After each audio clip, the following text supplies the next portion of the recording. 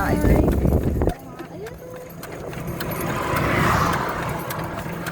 Tinatawag namin chocolate.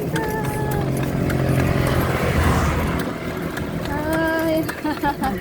Iba siya sa cellphone. Kasi sa personal, mas maganda.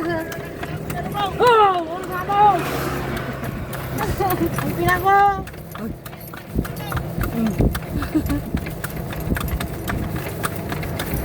Cute.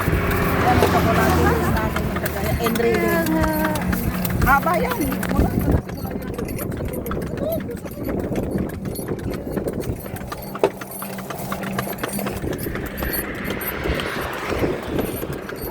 Mula sa pag ano, December. Oo nga. Ay, mahaba yun. Chocolate, ano ba yun? Chocolate, ano sa buhon. Dito naman sa amin, meron din. Chocolate hills sa Enrile.